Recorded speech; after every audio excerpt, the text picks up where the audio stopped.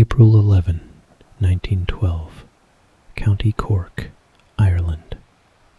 Thomas Callahan awoke to the sound of his mother moving about the kitchen. Outside, the countryside still lay beneath the darkness. No sunlight reached through the small cottage window, and no birds had begun their morning songs. But somewhere beyond the bedroom wall, an iron poker scraped against the hearth, followed by the faint crackling of kindling. Thomas remained beneath the blankets and listened. He knew every sound the old cottage made. He knew which floorboard complained beneath his mother's feet. He knew the low whistle of the kettle and the uneven tapping of rain against the eastern window. He knew the moan of the wind beneath the door whenever it crossed the fields from the sea. These were small sounds, ordinary sounds. Until that morning, Thomas had never considered that he might miss them. He sat up and placed his feet upon the cold floor. Beside the bed rested everything he intended to carry into his new life. One worn leather case containing 2 shirts, an extra pair of trousers, a Bible, a shaving razor, and the photograph of his family taken 3 years earlier. It was not much, but then Thomas Callahan did not possess very much to leave behind. He dressed quietly, pulled on his boots, and carried the case into the kitchen. His mother stood over the stove with her back toward him. Mary Callahan was 53 years old, though years of work and worry made her appear older. Her gray hair had been drawn into a knot, and the sleeves of her dress were rolled above her wrists. "There's tea," she said, without turning. Thomas set the case beside the door. "I can see that." "And bread." "I can see that too." "And eggs, if you'll sit down long enough to eat them." Thomas smiled. "Yes, ma'am." He sat at the table. His mother placed a plate before him and then returned to the stove. She busied herself with things that did not require doing. She straightened the kettle. She adjusted the fire. She wiped an already clean place upon the counter. Thomas understood. As long as she kept moving, she did not have to look at the leather case beside the door. America had been discussed in the Callahan cottage for nearly 2 years. Thomas's older brother Patrick had crossed the Atlantic in 1909 and found work in Chicago. His first letters described crowded streets, enormous buildings, and factories that never seemed to sleep. His later letters contained money. Not much, but enough to make America appear less like a distant country and more like a promise. Then, 6 weeks earlier, another letter had arrived. Patrick had secured Thomas a position at a railroad yard. The wages were more than Thomas could earn in Ireland, and a room had already been arranged for him. All Thomas needed to do was come. Mary Callahan had read the letter 3 times. Then she had folded it, placed it upon the table, and said nothing for the remainder of the evening. Now the day had arrived. "You'll write when you reach New York," she said. "I will. And again when you reach Chicago." "I will." "Patrick will meet you?" He promised. His mother turned from the stove. "And if he isn't there?" "Then I shall wait." "And if something has happened?" "Nothing has happened." "You don't know that." Thomas placed his fork beside the plate. "Ma'am, Patrick arranged everything. He'll be there." She studied his face as if attempting to memorize it. "You were always too trusting, and you were always too worried. One of us had to be." For a moment, neither spoke. Then his mother approached the table and laid a small envelope beside his hand. Thomas looked down. His name had been written across the front. "What is this?" "A letter." "I can see that." The faintest smile appeared on her face. "You've always thought yourself clever." Thomas reached for the envelope, but she placed her hand over it. "Not yet." "When then?" when you can no longer see Ireland." Her voice changed as she said it. Until that moment, Thomas had managed to think only of the journey, the railway station, Queenstown, the ship, New York, and the new life waiting somewhere beyond the ocean. But his mother's words stripped the adventure from it. To reach America, he first had to watch Ireland disappear. Thomas slipped the envelope into the inside pocket of his coat. "I'll keep it safe. You had better." Shortly after sunrise, a neighbor arrived with a horse and cart. Thomas carried his case outside and placed it behind the seat. The rain had stopped, but a gray mist clung to the fields. The cottage stood alone against the morning, its stone walls darkened by the dampness. Smoke curled from the chimney and disappeared into the low clouds. His mother followed him to the gate. Neither seemed to know how a goodbye such as this was supposed to end. Thomas held out his hand as though leaving an acquaintance. His mother looked at it. Then she pulled him into her arms. For an instant, Thomas was a child again. He remembered scraped knees, winter fevers, and nights when storms shook the roof. He remembered his mother sitting beside his bed, assuring him that morning would come. Now morning had come, and it was taking him away. "Don't forget who you are," she whispered. "I won't. And don't forget where you came from." "I couldn't." She released him, but kept both hands upon his shoulders. "And say your prayers, Thomas." He tried to smile. "Yes, ma'am." Thomas climbed onto the cart. The driver snapped the reins, and the wheels began turning along the muddy road. His mother remained beside the gate. Thomas looked back once, then again. The cottage grew smaller behind him. The fields rose and fell between them until, at last, the road descended beyond a hill and his mother disappeared from view. Thomas faced forward. Beneath his coat, the unopened letter rested against his heart. By late morning, Queenstown harbor was crowded with passengers, families, porters, vendors, and curious townspeople. Some had come to leave Ireland. Others had come merely to witness the arrival of the greatest ship ever built. Thomas stood among them with his leather case in one hand and his ticket in the other. Then someone near the water shouted, "There she is!" The crowd turned toward the harbor entrance. At first, Thomas saw only mist. Then a dark shape emerged from it. A black hull appeared upon the water, followed by a white superstructure and 4 enormous funnels rising into the gray sky.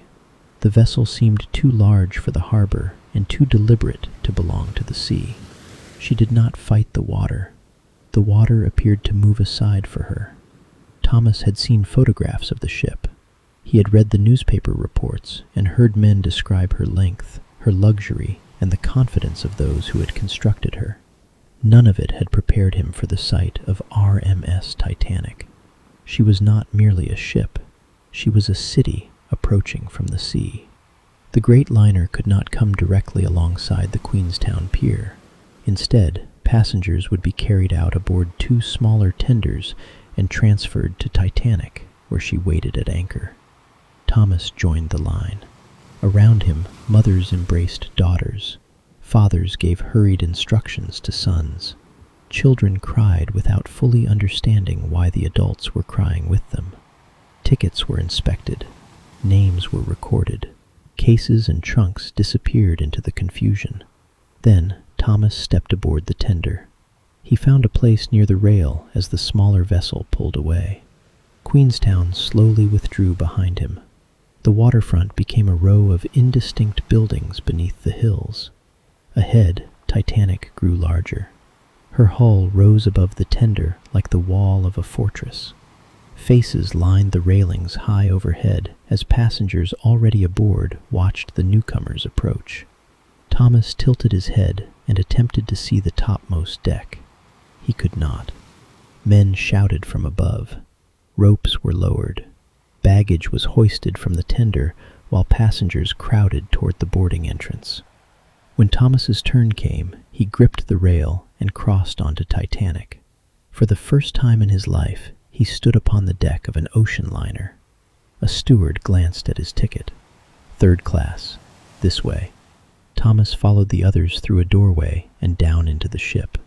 The passageways smelled of fresh paint, clean linen, machinery, and something metallic rising from deep below. Electric lights glowed overhead. The floors trembled beneath his boots with the steady movement of engines and generators. He was directed through one corridor, then another, until a steward showed him to a small cabin shared with 3 other men. Thomas placed his leather case upon an empty bunk. This would be his home for the next several days. Shortly afterward, a deep blast rolled through the ship. The sound was so powerful that Thomas felt it inside his chest. He hurried back toward the open deck. The tenders had begun withdrawing. Beyond them lay Queenstown, the green hills, and the final stretch of Irish coastline Titanic would pass before entering the Atlantic. The ship's engines stirred the water. Slowly, almost imperceptibly, Titanic began to move. Thomas stood at the rail as the distance widened. For nearly an hour, Ireland remained visible behind them. Its hills faded from green to gray, then from gray into a thin, dark line along the horizon. Thomas reached inside his coat. His fingers touched the envelope. Not yet. He waited. The line grew smaller. Then, sometime during the afternoon of April 11th, 1912, Ireland disappeared. Thomas Callahan withdrew the letter from his pocket. For several moments, he only stared at his name written in his mother's hand. Then he broke the seal. Inside was a single sheet of paper. The message contained only 3 sentences. Thomas read them once. Then he read them again. "My dearest Thomas, no distance can remove you from the prayers of your mother. Whatever may happen upon the road before you, remember that God is already there. Come home to me someday." Thomas folded the letter along its original creases and returned it to the envelope. Behind him, the greatest ship in the world carried more than 2,000 souls westward toward America. Before him stretched an ocean without end. Thomas placed the letter inside his coat, pressed his hand over it, and watched the empty horizon. He did not know that he had seen Ireland for the final time. He did not know that the letter would remain inside his coat for the rest of his life, and he could not have known that Titanic had just departed her final port. 4 days remained before the ship reached the place where her voyage would end. 4 days before the ocean claimed Thomas Callahan, and 4 days before history recorded the facts, while forgetting almost everything that happened between them. April 11, 1912, aboard RMS Titanic. Thomas Callahan remained at the railing long after Ireland had disappeared. Nothing remained upon the horizon. No green hills, no church steeples, no smoke rising from distant cottages. Only a gray line dividing the ocean from the sky. He slipped his mother's letter back into its envelope, folded it carefully, and placed it inside his coat. Around him, the excitement of departure continued. Passengers leaned over the railing, pointing toward the empty horizon as though Ireland might suddenly reappear. Children ran between the adults. Someone laughed nearby, while farther down the deck, a woman wept quietly into her husband's shoulder. Thomas wondered how many of them were leaving home forever. He wondered how many knew it. A cold breeze crossed the deck. Thomas buttoned his coat and turned toward the ship. Until then, he had seen Titanic only from the outside. From the Queenstown tender, she had appeared immense, a black wall of steel rising from the harbor. But standing aboard her was different. There was no single place from which the entire ship could be seen. Wherever Thomas looked, Titanic continued beyond his vision. Decks rose above him. Corridors stretched ahead of him. Ventilators, cables, lifeboats, railings, and funnels formed a mechanical landscape unlike anything he had ever imagined. It did not feel as though he were aboard a vessel. It felt as though he had entered another country. And like every country Thomas had known, Titanic had boundaries. Some doors were intended for men like him. Others were not. A uniformed steward appeared behind him. Third-class passengers forward. Thomas turned. The steward motioned toward an open doorway. You'll want to find your quarters before supper. Once these passages fill, you'll wish you had. Thomas thanked him and entered the ship. Almost immediately, the ocean disappeared. The open sky gave way to painted steel, electric lights, and narrow passageways. Thomas descended one staircase, followed another corridor, and then descended again. Each level carried him farther from the world outside. The air grew warmer. The vibration beneath his feet grew stronger. Somewhere beyond the walls, machinery moved with relentless precision. Pumps circulated water. Furnaces consumed coal. Pistons rose and fell, while propeller shafts turned far beneath the passenger decks. Thomas placed one hand against the wall. The steel trembled beneath his palm. Titanic was alive. A steward glanced at his ticket and led him into a forward third-class cabin. The room was small but clean. White painted walls reflected the electric light, and narrow bunks stood against either side. Thomas had expected rows of hammocks in a crowded open compartment. Instead, he had been assigned a private cabin shared with only 3 other men. 2 had already arrived. The first sat upon a lower bunk, struggling to remove a boot that appeared one size too small. He was broad across the shoulders, with red hair and a face that looked permanently amused. He released the boot with a grunt and looked up. You must be the 4th.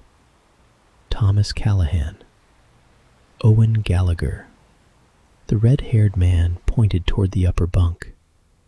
That one is yours, unless you snore. I don't. That is what every man who snores says. The other passenger stood beside the wall, carefully arranging his belongings. He was older than Thomas, perhaps 35, with a narrow face and a heavy mustache. Emil Novak, he said. His English was deliberate and heavily accented. Thomas shook his hand. Are you traveling to New York? Emil nodded. Then Pennsylvania. Coal mines. He pointed toward the ceiling. Much coal here. Owen laughed. You've crossed half of Europe to work beneath the ground, and they place you on a ship that burns half of Wales getting you there.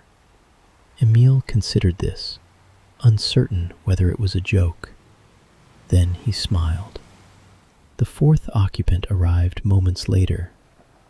He was a quiet young Englishman named William Harris, traveling to live with an uncle in Philadelphia. He carried no case, only a cloth bundle tied with cord. 4 men, 4 bunks, 4 separate journeys to America. Thomas placed his leather case beneath his bed and removed his coat. Before hanging it upon the wall, he checked the inside pocket. The letter remained there, safe. A bell sounded somewhere in the ship. Owen stood. If that means food, I have found my favorite part of Titanic. They followed the other passengers through the passageways until they reached the third-class dining saloon. Long tables filled the room. Chairs had been secured to the floor, and electric lights illuminated white walls and rows of unfamiliar faces. Thomas stopped inside the entrance. Hundreds of people seemed to be speaking at once. He heard English, Irish, Swedish, Finnish, Arabic, and languages he could not recognize. Entire families occupied some tables. Young men traveling alone filled others. Children stared at strangers, while mothers attempted to keep them seated. Most carried everything they owned somewhere below deck. All were traveling toward lives they could not yet see. Thomas, Owen, Emile, and William found places at one of the long tables. Across from Thomas sat a young widow and her daughter. The woman appeared to be in her late 20s. Her brown hair had been pinned beneath a modest hat, and her dress showed the wear of long travel. The little girl beside her could not have been more than 7. The child watched Thomas as he sat down. Thomas smiled. She did not. Her mother touched her arm. "Annie, don't stare." "I wasn't staring." "You were." The woman looked toward Thomas. "I'm sorry. No harm done." She extended her hand. "Nora Doyle. This is my daughter, Annie." Thomas Callahan. Annie studied him again. "Are you frightened?" Her mother's face reddened. "Annie." Thomas looked at the child. "Of what?" "The ocean." Thomas considered his answer. "I suppose I would be, if I could see it." Annie glanced around the windowless dining saloon. "Maybe that is why they put us down here." For a moment, the entire table grew quiet. Then Owen laughed so loudly that several passengers turned toward him. "I like this one," he said. Even Nora smiled. Simple food was placed before them, but to Thomas it seemed generous. Bread, potatoes, meat, tea, more than many passengers had expected to receive aboard ship. Conversation gradually replaced uneasiness. Owen claimed he would become a policeman in New York, though he had neither applied nor received an offer. William hoped to work in a printing shop. Emile carried the address of a cousin he had never met. Nora was traveling to join her sister in Brooklyn. "And you?" she asked Thomas. "My brother found me work in Chicago, at a railroad yard." "You sound certain." "He sent instructions." "That isn't what I meant." Thomas looked at her. Nora lowered her eyes toward her plate. "America," she said. "You sound certain that it will be better." Thomas thought of the cottage, the muddy lane, and his mother standing beside the gate. "It has to be." No one answered. Above them, unseen and almost unimaginable, first-class passengers entered dining rooms paneled with carved wood. Stewards carried silver trays through carpeted corridors. Crystal glasses were filled beneath chandeliers, while wealthy men discussed business and women dressed for dinner. Far below, Thomas Callahan ate at a long table bolted to the floor. Yet he did not feel poor. For the price of a third-class ticket, he had been given a clean bed, warm food, electric light, and passage across an ocean that had separated generations. To Thomas, Titanic was not a monument to wealth. She was a bridge to the future. After supper, he returned to the open deck. The sun had descended behind the ship, leaving a band of fading orange upon the horizon. The sea stretched outward in every direction, darkening beneath the evening sky. Titanic moved steadily westward. Thomas walked toward the railing and looked down. White water curled along the black hull. Farther aft, smoke streamed from the funnels and formed a shadow across the sky. He tried to understand how anything so enormous could float. "It makes a man feel small, doesn't it?" Owen had followed him outside. Thomas nodded.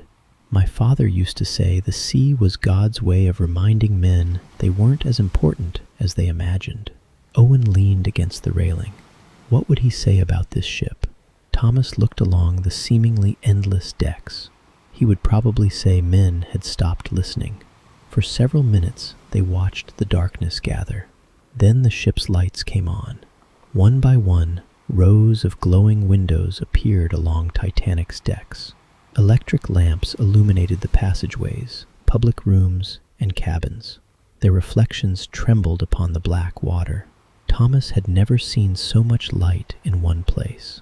Behind those windows were more than 2,000 people, millionaires and laborers, servants and merchants, husbands, wives, children, officers, stokers, stewards, and men with shovels feeding coal into furnaces far below, all of them enclosed within one moving island of steel, all of them trusting the same hull.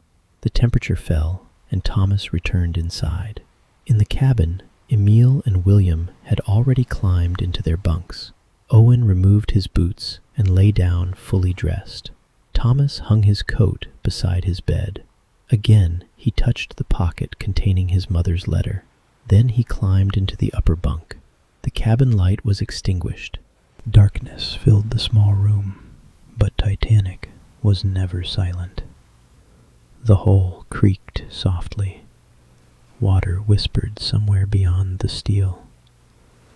Beneath everything came the steady, reassuring vibration of the engines. Thomas closed his eyes. He imagined the ship crossing the Atlantic, entering New York Harbor, and passing beneath the towers of a city he had seen only in photographs. He imagined Patrick waiting upon the pier. He imagined writing home. "Dear Ma'am, I have arrived safely." The thought comforted him. Outside the cabin, a steward walked through the passageway and checked the doors. Somewhere above, music continued in a room Thomas would never see. The ship pressed westward through the darkness. Thomas did not know that he had already met the woman and child whose lives would become bound to his own. He did not know that the passageways now leading him safely to his cabin would soon become a maze of rising water and locked doors. And he did not know that the vibration beneath his bed, the steady mechanical heartbeat that carried him toward America, would stop 4 nights later. For now, Titanic moved through the darkness, and Thomas Callahan slept. April 12th to 14th, 1912. The North Atlantic. Thomas Callahan awakened on Friday morning without remembering where he was. For one brief moment, he expected to hear his mother moving about the cottage kitchen. Instead, he heard the creaking of metal bunks and the deep vibration of Titanic's engines. He opened his eyes. Owen was already awake below him. Emile sat on the opposite bunk, fastening his boots, while William remained buried beneath his blanket. "No one snores, you said," Owen remarked. Thomas looked down. "I don't." "Then something crawled into this cabin during the night." Emile smiled beneath his mustache. "It was him," he said, pointing toward Owen. Owen looked offended. "I was awake half the night, listening to Callahan." William pulled the blanket over his head. "It was all 3 of you." For the first time since leaving Ireland, Thomas laughed without forcing himself. Life aboard Titanic quickly settled into a rhythm. The bells told passengers when to eat. Stewards told them where they were permitted to go. The engines continued day and night, their vibration becoming so familiar that Thomas soon stopped noticing it. Each morning, he dressed beneath the electric light and followed his companions to breakfast. Afterward, they walked the open deck or gathered with other passengers in the third-class common areas. By the standards Thomas had expected, Titanic was astonishingly comfortable. The cabin was cramped, but it was private. The meals were simple but plentiful. The rooms were clean, warm, and brightly lit.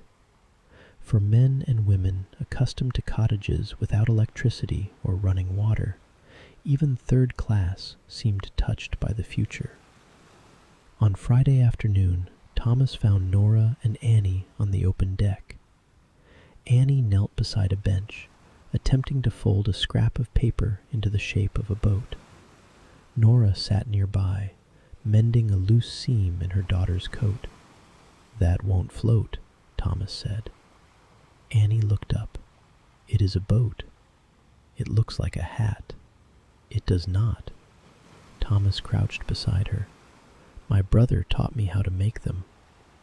He unfolded the paper and began again.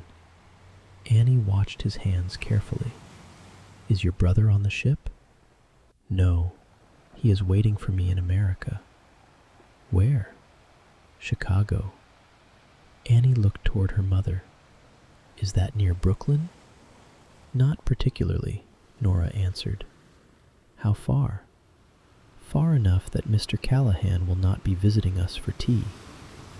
Thomas finished folding the paper and placed the little boat upon the bench. Annie examined it. "Mine was better."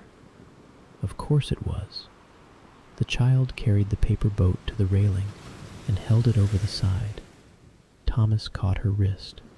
"If you drop that, it will be gone before it reaches the water." Annie looked down the immense black hull. For the first time, she seemed to understand how high above the ocean they stood. She stepped back. Thomas released her gently. "Keep it until New York." "What will I do with it there?" "Find a puddle." Annie nodded, as if he had offered serious advice. She slipped the paper boat into her coat pocket. Thomas sat beside Nora. For a while, they watched Annie walk between the benches, pretending that the lines in the deck were streets in America. "Her father died last winter," Nora said quietly. Thomas looked at her. "Influenza. 3 days from the first fever to the burial." "I'm sorry." "So am I." Nora folded the small coat across her lap. "My sister lives in Brooklyn. She says there is work there. Rooms, too, if you don't mind sharing walls with 3 other families." "Sounds like Titanic." Nora smiled faintly. "Annie thinks America will fix everything." "Perhaps it will." "You really believe that?" Thomas looked toward the horizon. "I need to." On Saturday, the ocean appeared almost peaceful. The weather was clear, and sunlight stretched across the water. Passengers filled the open decks, grateful for the warmth. Children played while their parents talked of jobs, relatives, and cities they had never seen. Thomas walked with Owen and Emile along the section allotted to them.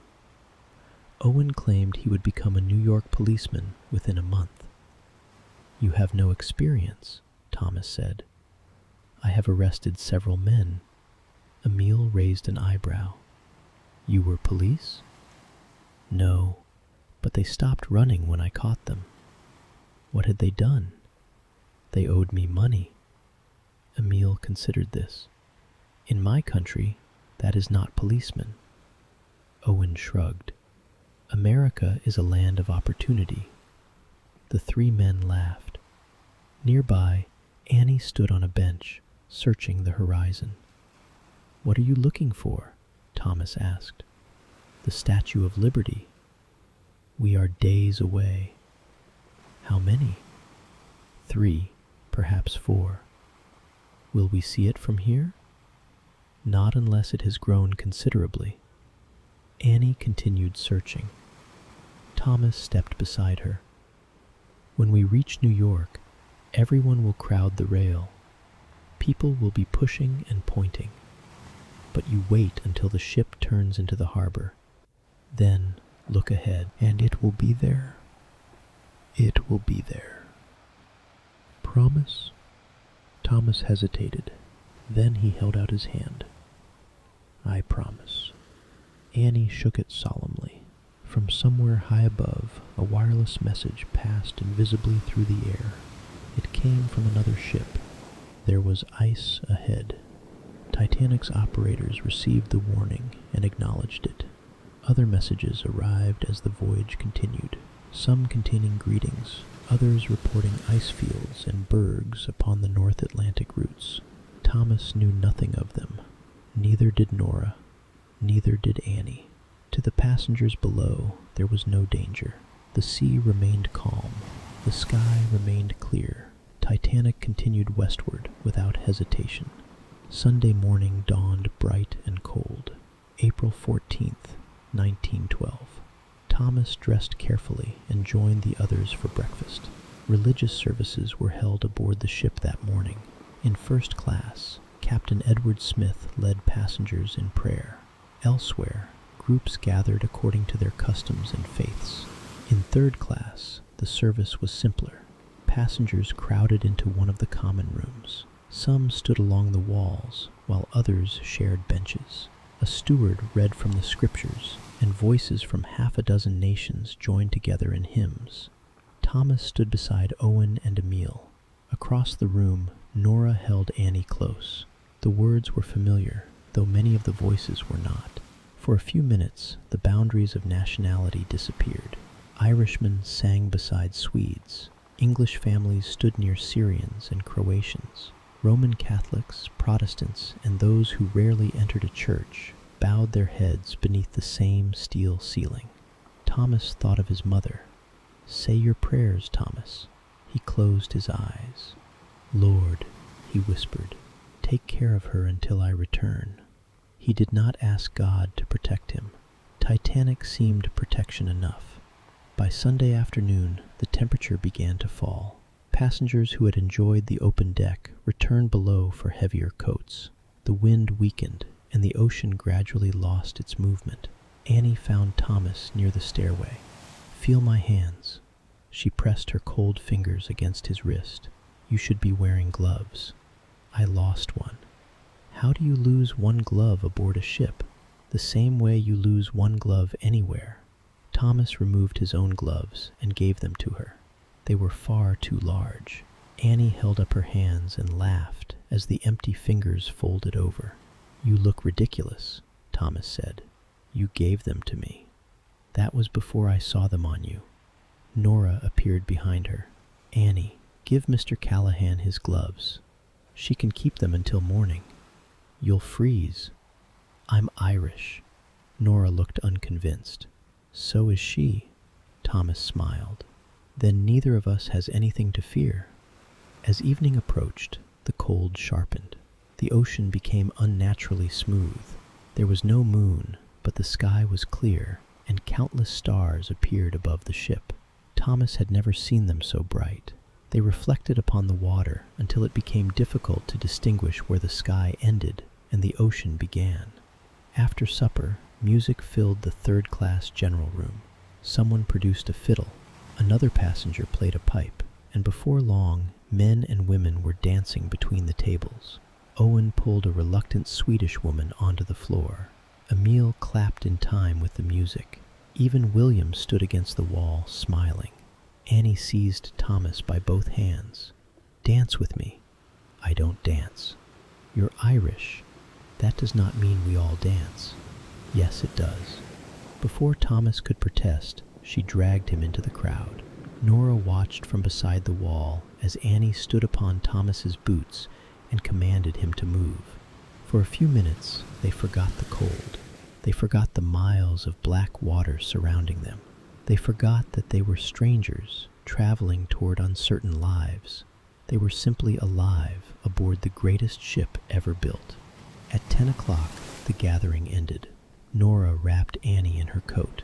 Thomas walked with them as far as the passageway separating the men's quarters from the family cabins. Annie was nearly asleep upon her feet. "Good night," Nora said. "Good night." Thomas looked down at Annie. "Keep those gloves." The child lifted one oversized hand. "You promised me the Statue of Liberty." "I remember. Don't sleep too late." "I won't." Nora guided her daughter down the corridor. Thomas watched until they disappeared around the corner. Then he returned to his cabin. Owen and Emile were still talking, but William had already fallen asleep. Thomas removed his coat and hung it beside the upper bunk. His mother's letter remained inside the pocket. He climbed into bed, but did not immediately close his eyes. Something about the ship felt different. The engines continued their steady rhythm. The walls trembled as they always had. But beyond the hull, the ocean had become perfectly still. There were no waves striking the steel, no wind passing over the deck. Only the distant turning of machinery and the faint creaking of the ship. Thomas pulled the blanket higher. At approximately 11:30 that night, Titanic was traveling westward at more than 20 knots. Ahead, 2 lookouts stood inside the crow's nest, searching a moonless horizon. Behind them, wireless operators worked through a backlog of passenger messages. On the bridge, officers watched the cold, clear darkness, and far below, Thomas Callahan closed his eyes. 10 minutes remained. 10 minutes before the promise of America would collide with something ancient, silent, and waiting in the dark. 10 minutes before the great ship's heartbeat would falter. And 10 minutes before Thomas awakened to a sound beneath the floor. April 14, 1912, 11:40 p.m. Thomas awakened to a sound beneath the floor. It was not a crash. There was no violent impact, no explosion, and no sudden tilting of the room. It sounded instead like something enormous being dragged along the outside of the ship, a deep metallic grinding that moved beneath them and continued into the distance. The cabin trembled. A drinking glass slid across the small shelf and struck the wall. Then the sound stopped. Thomas opened his eyes.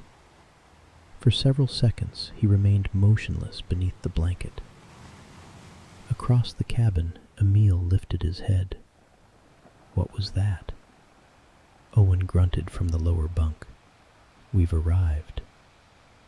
In the middle of the ocean, William asked.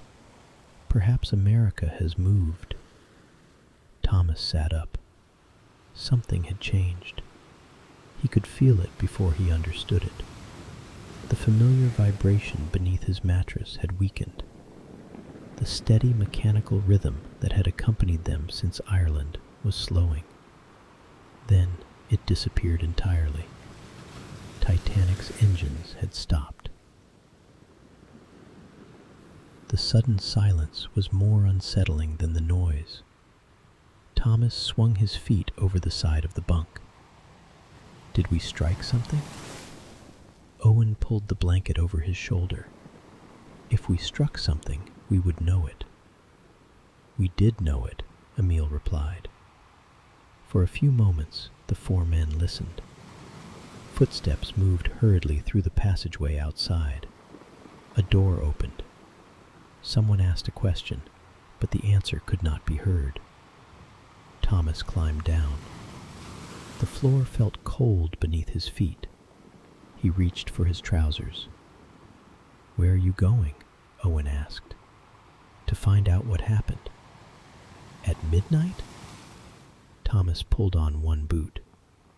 It wasn't the bells calling us to breakfast. That brought Owen upright. Emile dressed quickly. William remained in his bunk, watching the others with growing concern. Thomas buttoned his shirt and reached for his coat. Before putting it on, he pressed his fingers against the breast pocket. His mother's letter was still there. Safe. A heavy door slammed somewhere beyond the cabin. Then came another sound. Hissing. It began softly, then swelled until it seemed to fill the passageways. A sustained roar of steam escaping from somewhere high above. William climbed from his bunk. What is that? No idea, Owen said. This time, he was not joking. Thomas opened the cabin door. Passengers had begun emerging from nearby rooms. Some were fully dressed. Others stood in nightshirts and blankets, asking one another what had happened. No one knew. A steward hurried past. Thomas caught his arm. "Sir, what was that?" "Return to your cabin." "Did we strike something?" "There is no danger. Stay where you are until instructions are given." The steward pulled away and continued along the passage. "No danger," Owen repeated. Thomas watched the man disappear. He looked frightened. "He looked busy," William said. Thomas stepped back into the cabin. Then he felt it. Cold water touched the bottom of his boot. He looked down. A thin stream was creeping beneath the doorway. For a moment, no one spoke. Owen climbed out of bed. That wasn't there before. Thomas crouched and touched the water. It was bitterly cold. Emile opened the door wider. More water moved along the passageway, shallow but steadily increasing. Passengers stared down at it as it spread around their feet. A man in the next cabin laughed nervously. "Someone has burst a pipe." Thomas looked toward the far end of the corridor. The water was coming from forward, not from the walls, not from a pipe, from somewhere deeper within the ship. A second steward appeared at the end of the passageway. This one was running. "Dress yourselves," he shouted. "Put on your life belts and move up." The laughter stopped. Passengers rushed back into their cabins. Doors slammed. Children began crying. Men shouted to wives and companions while cases were dragged from beneath bunks. William stared after the steward. "Life belts?" Owen seized his coat. "Perhaps it is only a precaution." Thomas looked down. The water now covered the soles of his boots. "Then we will take the precaution." They pulled the white, cork-filled life belts from the shelf. Thomas fastened his over his coat, while Emile helped William secure the straps around his waist. Owen reached beneath his bunk for his case. "Leave it," Thomas said. "It contains everything I own. And if the water continues rising?" Owen looked at the case, then at the water. He released it. Thomas's own leather case remained beneath the bunk. Inside were his extra clothes, his razor, his Bible, and the photograph of his family. Everything he had brought into his new life. He knelt to retrieve it. Water flowed around his knees. For one instant, Thomas saw the photograph beneath the case's leather flap. His mother seated in the center, Patrick standing behind her, and Thomas beside him 3 years younger. He reached toward it. Another surge of water entered the cabin. Emile grabbed his shoulder. "Thomas!" Thomas looked toward the doorway. The water was rising faster. He left the case beneath the bunk. The photograph disappeared into the darkness below. The 4 men pushed into the corridor. Passengers crowded toward the stairway, carrying children, blankets, and bundles. Some wore life belts. Others clutched them without understanding how to fasten the straps. The lights remained bright. The ship remained level. That made everything seem impossible. Titanic could not be sinking. A sinking ship would tilt. Its lights would fail. Its walls would collapse beneath the ocean. Titanic looked exactly as she had an hour earlier, except for the water. Thomas followed Owen toward the stairs. Behind them, another rush poured through the forward passageway. It carried shoes, blankets, and pieces of luggage against the cabin doors. A crewman appeared above them. "Keep moving! Up the stairs!" Passengers pressed forward. Thomas reached the first landing and looked back. The water had reached the lower step. William crossed himself. How much water can this ship take? No one answered. Far above them, Captain Smith and Thomas Andrews were inspecting the damage. 5 forward compartments were flooding. Titanic had been designed to remain afloat with 4. The difference between 4 and 5 was the difference between a damaged ship and a dying one. But Thomas knew none of this. He knew only that water was entering the place where he had slept, and that Nora and Annie were somewhere in the family quarters toward the stern. Thomas stopped climbing. Owen nearly collided with him. "What are you doing?" "Nora and Annie. What about them? They may still be asleep. The stewards will wake them." Thomas remembered Annie standing upon his boots. "You promised me the Statue of Liberty." He looked upward toward the crowded stairway, then back toward the maze of passageways below. "I have to find them." Owen seized his arm. "You cannot go through that water. There will be another way." "And if there isn't?" Thomas pulled free. "Then help me find one." For the first time, the deck beneath them seemed to lean slightly forward. Only slightly, but enough for everyone upon the stairway to feel it. Somewhere in the distance, a woman screamed. The passengers stopped pushing. The silence lasted no more than a second. Then the entire passageway erupted. Men shouted. Children cried. Stewards ordered everyone upward while water continued climbing the steps behind them. Thomas looked at his 3 companions. Owen fastened his lifebelt. Emil nodded. William swallowed hard. Together, the 4 men turned away from the rising water. Somewhere above them waited the open night. Somewhere behind them waited Nora and Annie. And somewhere beneath their feet, the Atlantic was already claiming Titanic, 1 compartment at a time. April 15, 1912. Shortly after midnight, Thomas led the others against the flow of passengers.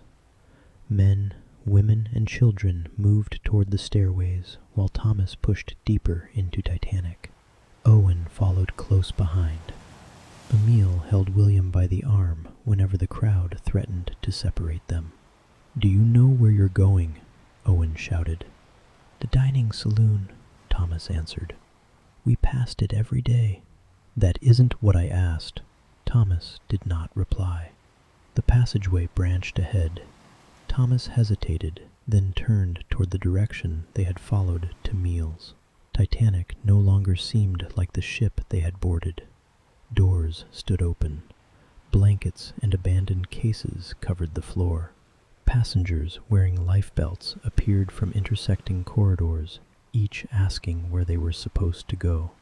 No one seemed to know. The electric lights remained bright. That was the most deceptive thing of all. As long as the lamps burned, the ship appeared safe. Thomas remembered Nora telling him that the family quarters were toward the stern. If he could reach the dining saloon, he could find the passageway leading aft. Another steward appeared. "Boat deck," he shouted. "Everyone upward." Thomas caught his sleeve. "The family cabins. How do we reach them?" "You cannot go forward. I need to go aft." The steward pointed down a long corridor. "Follow that passage, through the dining saloon. Keep moving aft until you reach the companionway." "Is there water?" "Not yet. Not yet." The words followed Thomas as he ran. They passed through the third-class dining saloon. Only hours earlier, the room had been filled with voices, food, and laughter. Now chairs stood empty beneath the electric lamps. Plates remained upon several tables. A cup had fallen to the floor and rolled slowly with the ship's faint forward incline. At the far end, a small group of passengers knelt in prayer. Thomas stopped. "Have you seen a woman with a little girl?" he asked. "Nora Doyle, Irish. Her daughter is 7. The praying passengers stared at him. One woman pointed toward the aft passage. "They were awakened," she said. "I saw them go that way." Thomas ran. Behind him came a sound deeper than anything he had heard before. It was the voice of the ship itself. Steel groaned somewhere below as thousands of tons of water pressed into compartments never intended to hold the sea. William froze. "Keep moving," Emile shouted. They reached the family corridor. Nora stood outside her cabin, struggling to fasten Annie's life belt. She had thrown a heavy coat over her nightdress. Her hair hung loose around her face. Annie was crying. Thomas called her name. Nora turned. For one instant, the fear left her expression. "You found us." Thomas dropped to his knees beside Annie and tightened the straps. "Are you hurt?" The child shook her head. "What happened?"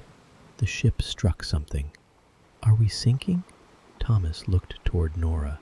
"No," he said, "but we must go above." It was the first lie he had ever told Annie. He hoped it was true. Nora had packed a small case. Owen took it from her. "We leave it," he said.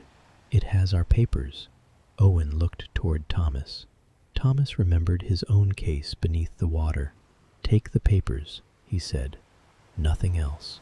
Nora opened the case, removed a small envelope, and left everything remaining upon the floor.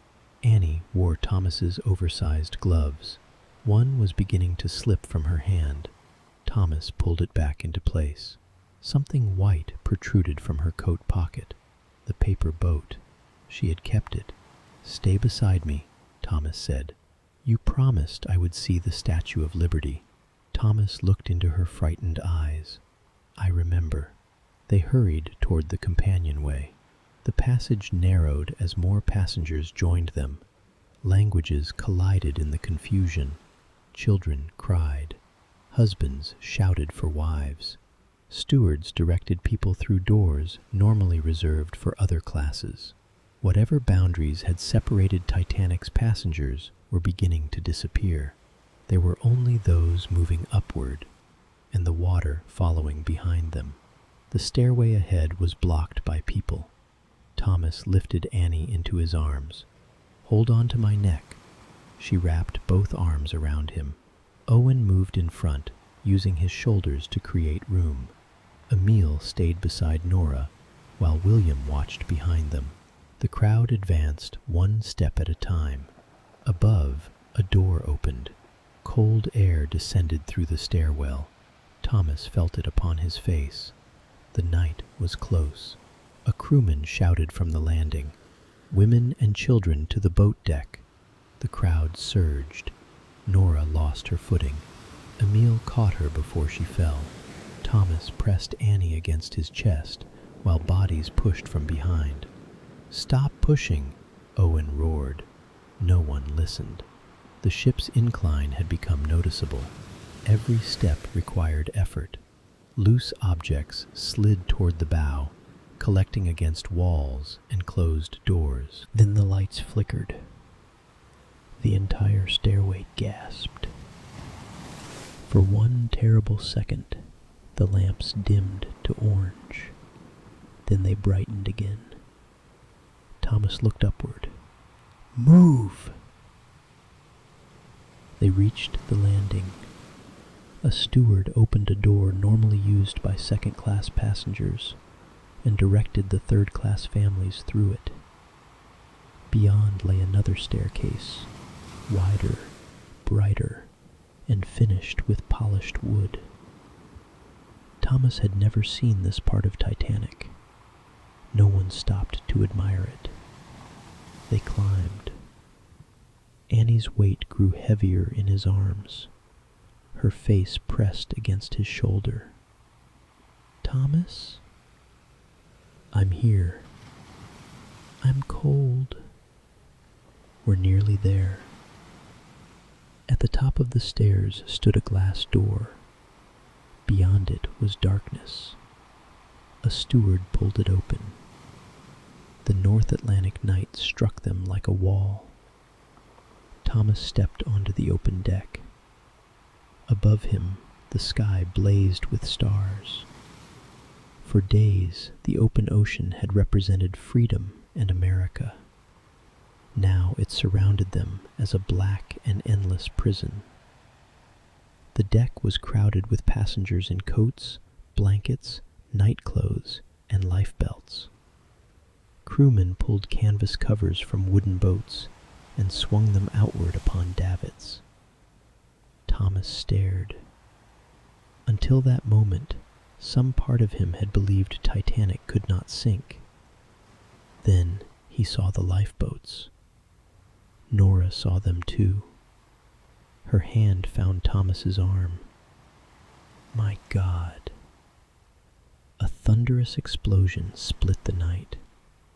Annie screamed and buried her face against Thomas. High above the ship, a white distress rocket opened against the stars. For an instant, the entire deck was illuminated. The lifeboats, the officers, the frightened passengers, and the black ocean waiting below. The light faded. A few seconds later, the rocket's report returned across the water. No answer came. A lifeboat hung beside the ship. Women climbed into it reluctantly, staring down at the long distance between the deck and the sea. Some refused to enter. Titanic still appeared safer than the tiny wooden boats. An officer stepped onto the deck. Women and children only. Thomas lowered Annie to her feet. Nora gripped her daughter's hand. Owen, Emile, and William stood behind them, breathing heavily from the climb. The officer repeated the command. Women and children, men stand back. The crowd began dividing. Wives were pulled from husbands. Mothers were sent forward with children, while fathers remained behind. Annie looked up at Thomas. You are coming with us. Thomas did not answer. Nora understood before Annie did. Her eyes met his. Around them, Titanic's crew prepared another boat. Above them, another rocket climbed into the stars. And for the first time since leaving Ireland, Thomas Callahan understood that the journey to America might end without him. April 15, 1912. The boat deck. Women and children forward. The officer's command carried across the deck. Thomas stood outside the line while Nora and Annie moved toward the lifeboat. For days, Thomas had imagined arriving in New York beside them. He had pictured Annie pushing through the crowd to find the Statue of Liberty while Nora tried unsuccessfully to restrain her. Now only a few feet separated them. It might as well have been the Atlantic. Annie pulled against Nora's hand.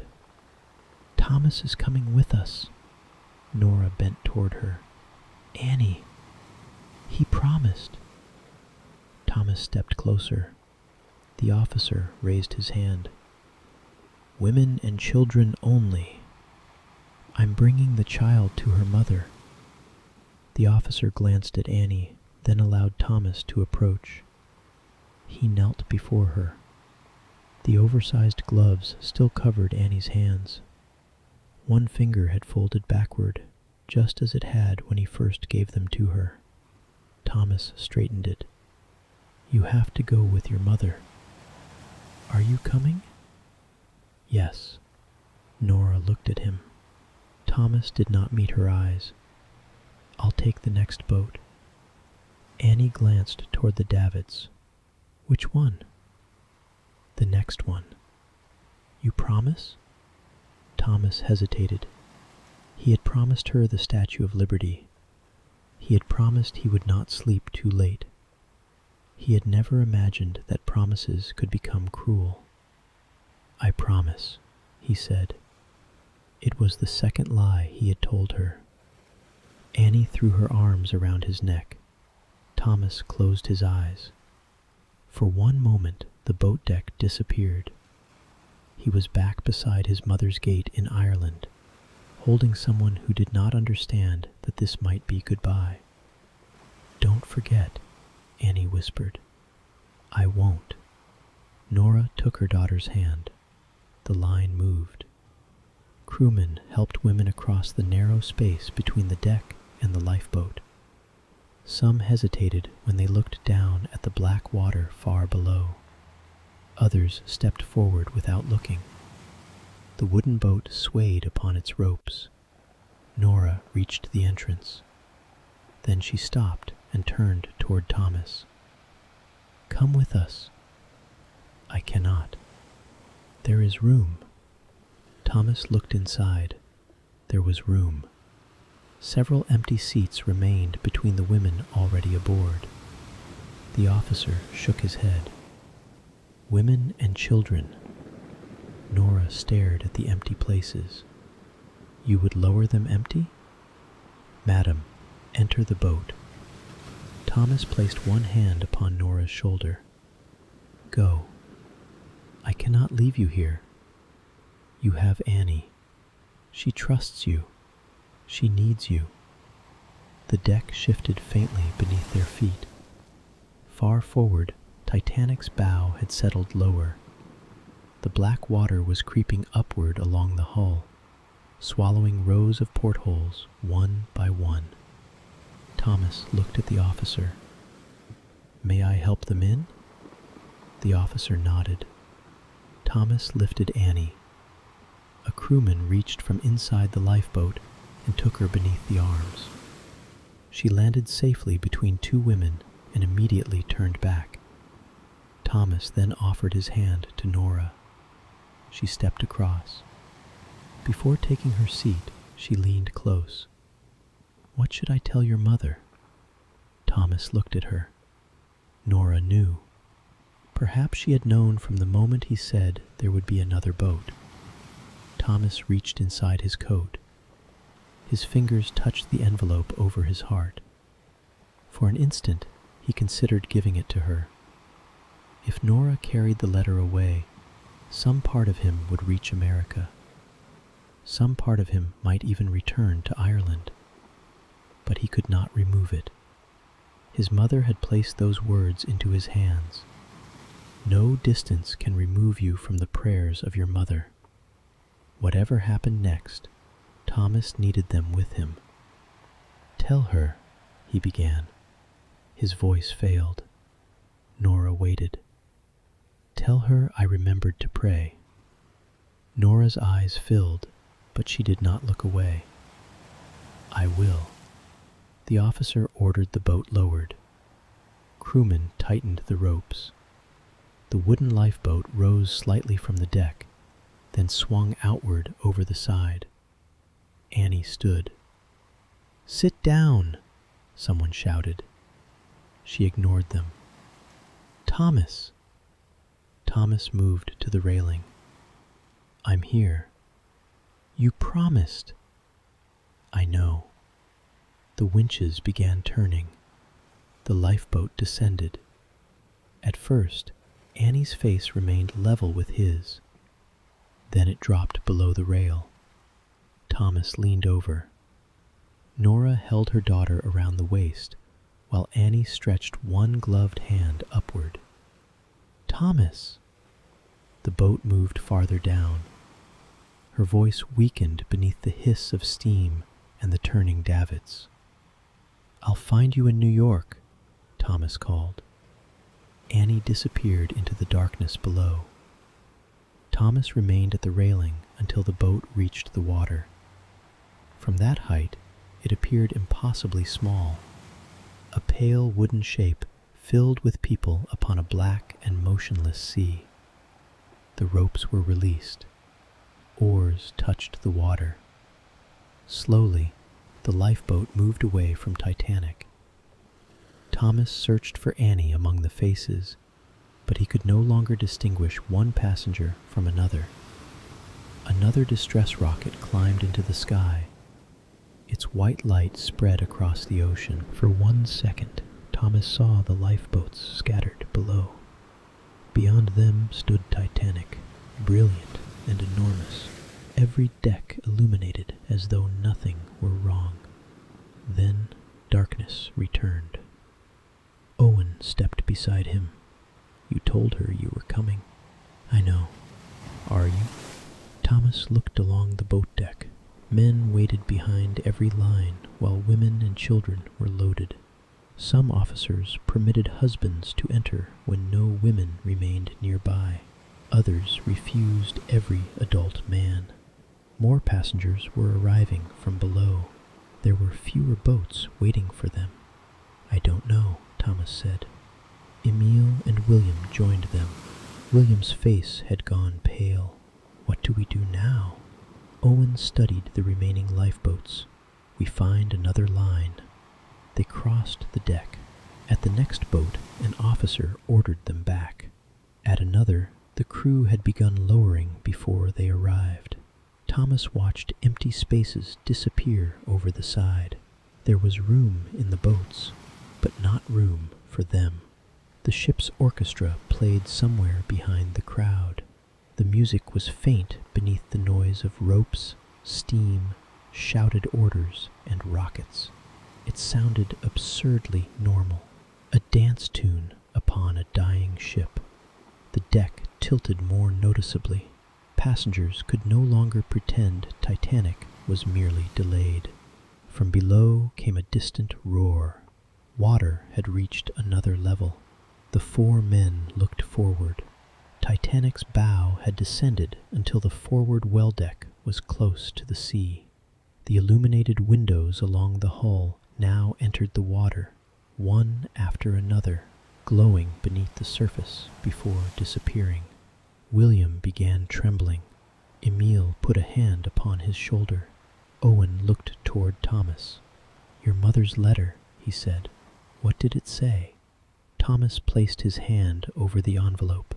"That God was already waiting wherever the road took me." Owen looked across the black ocean. "I hope she was right." She was. Thomas did not know whether he believed the words or merely needed to say them. Behind them, another lifeboat began descending. Ahead, the ocean continued climbing Titanic's bow. The four men turned toward the stern. There were still boats there. There was still time. At least, that was what they told themselves. But as Thomas followed the others across the sloping deck, he understood something Annie did not. There would be no next boat waiting for him. There would be no reunion in New York. He had kept his promise that she would see the Statue of Liberty. He had simply never promised that he would be there when she did. Chapter 7. The Ship Beneath Their Feet. Thomas followed Owen, Emile, and William toward the stern. They did not speak. There was nothing left to say. The deck beneath them was no longer level. Each step required effort, as though the ship had become a steep road climbing toward the stars. Behind them, the lights of the boat deck still burned, but fewer lifeboats remained beneath the davits. The voices of officers had changed. Their orders were shorter now, sharper, and no longer carried the confidence of men who believed there was time. Somewhere ahead, a band continued to play. The music reached Thomas in broken pieces, carried by the wind and interrupted by the groaning of steel. He could not recognize the hymn, but it reminded him of the little church near his mother's cottage, where the congregation always sang too slowly and the roof leaked whenever it rained. For one impossible moment, he could smell damp earth and peat smoke. Then Titanic shuddered beneath his feet. William grabbed the railing. What was that? Emile looked toward the bow, the ship moving inside herself. The words stayed with Thomas, the ship moving inside herself. All around them came sounds no passenger had been meant to hear. Furniture sliding across floors, dishes breaking behind closed doors, machinery tearing loose deep within the hull. The great ship was surrendering piece by piece. A crowd had gathered near the stern. Men, women, stewards, stokers, and passengers from every class pressed toward the highest remaining ground. Distinctions that had governed the ship for 4 days had vanished. First class stood beside third. Silk coats brushed against coal-stained overalls. Wealth had no meaning on a deck beneath which the ocean was rising. Thomas looked back toward the sea. He could no longer see Nora's lifeboat. Only scattered lights floated in the darkness, each one small and uncertain. Somewhere among them, Annie was waiting for him to take the next boat. The lie wounded him now. He had told it gently. He had even smiled when he said it. "I'll be along in the next one." Perhaps she still believed him. Perhaps belief was the final gift he had been able to give her. Owen placed a hand on his shoulder. "You got them away." Thomas nodded. "That matters," Owen said. Another tremor passed through the deck. The bow had sunk so deeply that the forward lights disappeared beneath the black water. The stern rose higher, and the 4 men were forced to grip the railing. Far below, the sea swallowed row after row of illuminated portholes. Thomas thought of the paper boat Annie had placed upon the wash basin. She had laughed as it circled the white porcelain, believing every boat must eventually find a shore.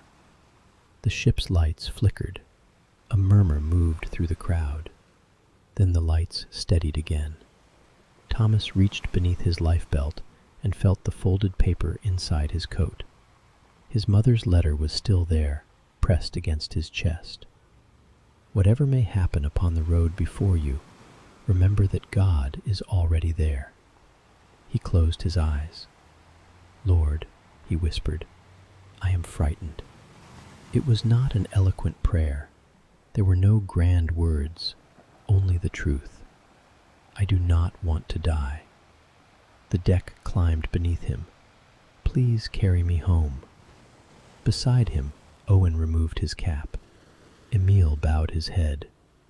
William's lips moved silently.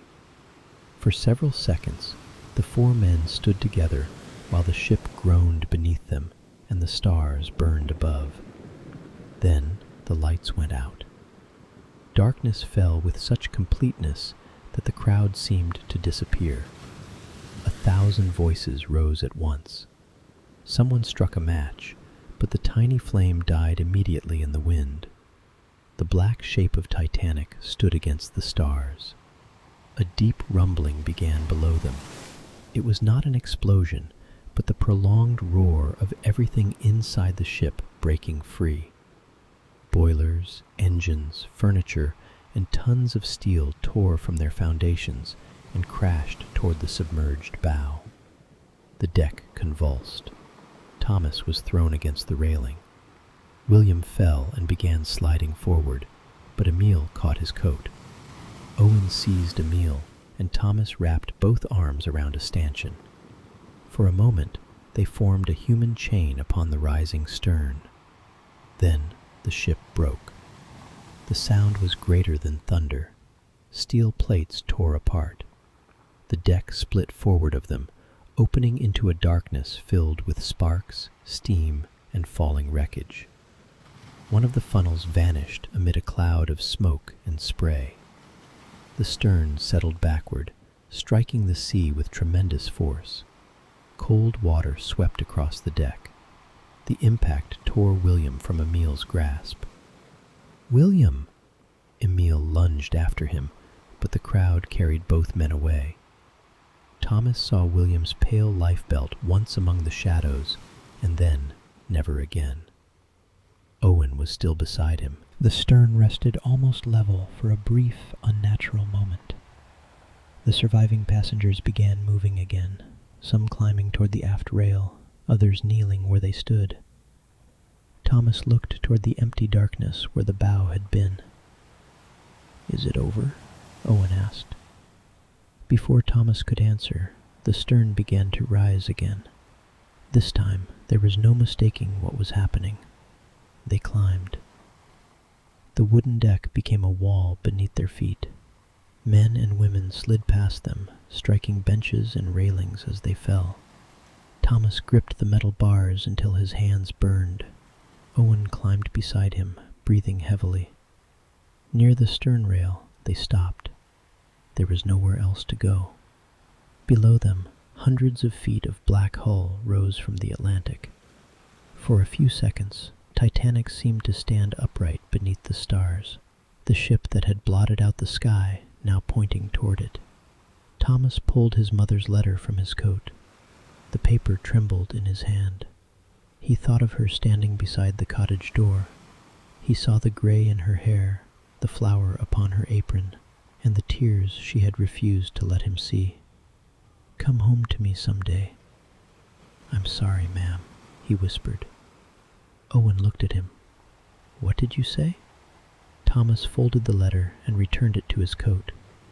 "I said, I'm ready." The stern began to sink. The sea rushed upward, swallowing the lower decks. The remaining air escaped from the ship in a roar. Thomas and Owen climbed over the rail and stood upon the outside of the stern, their backs against the night sky. Owen reached for his hand. Thomas took it. Neither man was ashamed. The water came closer. Thomas thought of Nora holding Annie in the lifeboat. He thought of his brother Patrick waiting in New York. He thought of the green fields above Queenstown and the small cottage where a lamp might still be burning in the window. Then he remembered his promise. Annie would see the Statue of Liberty. She would sail into New York Harbor beneath the raised torch. She would know that America was real and that Thomas had not lied about everything. The ocean reached them. Its cold stole the breath from his body. For one instant, Thomas still felt Owen's hand.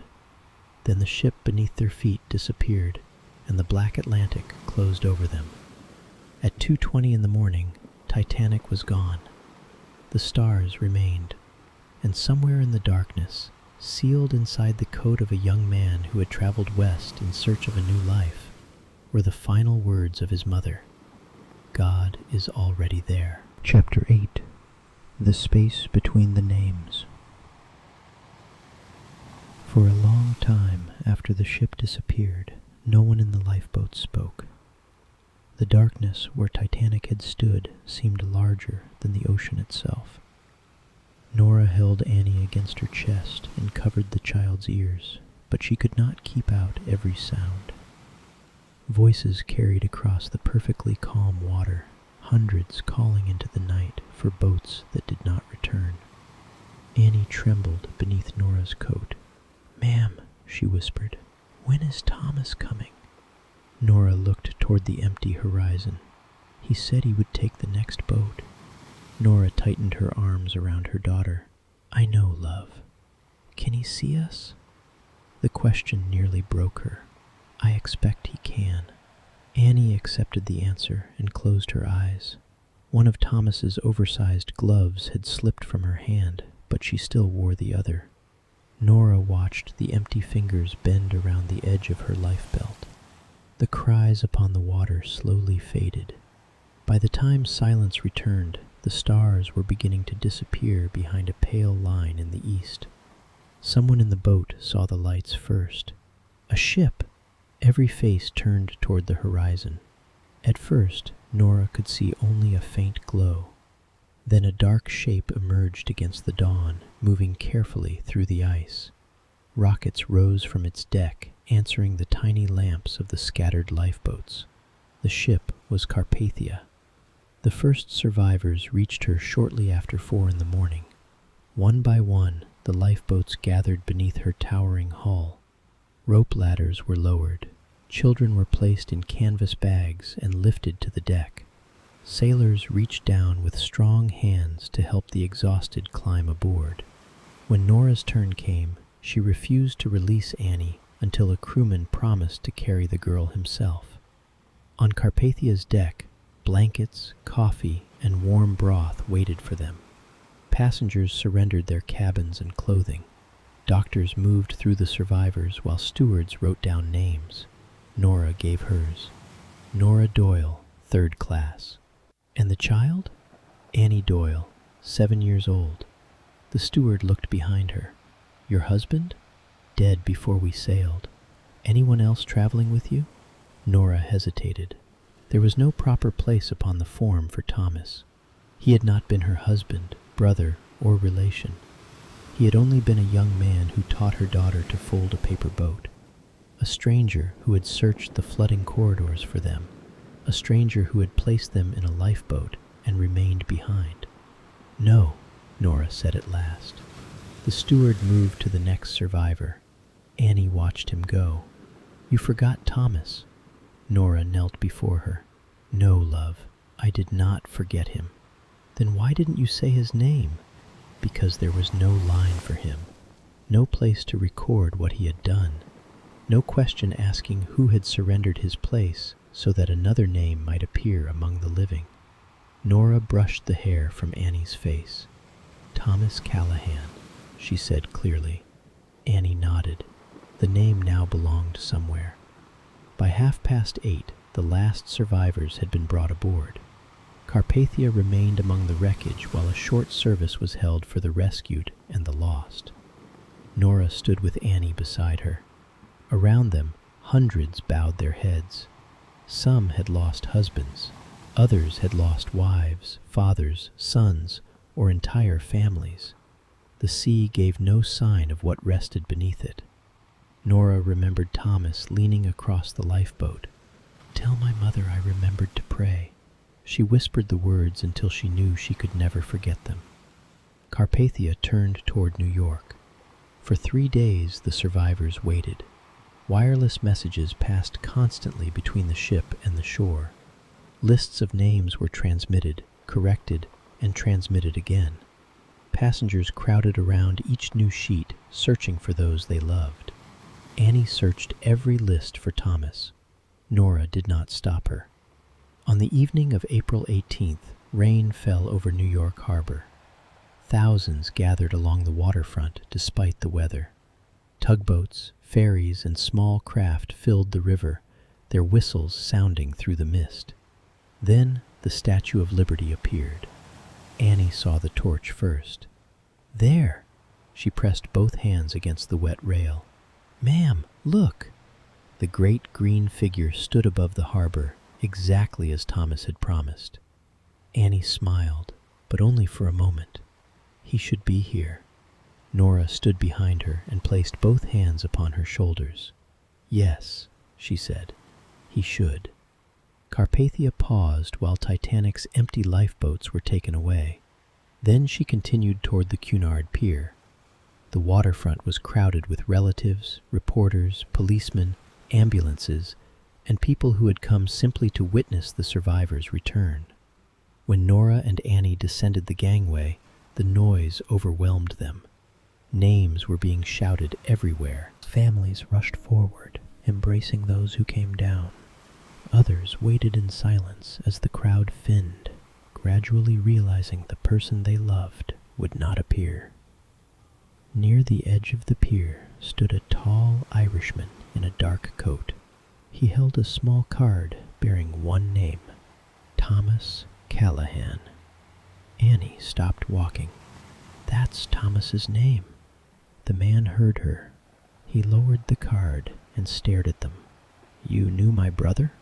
His voice carried the same Irish hills that still lived in Thomas's words. Nora could not answer immediately. The man looked past her toward the gangway.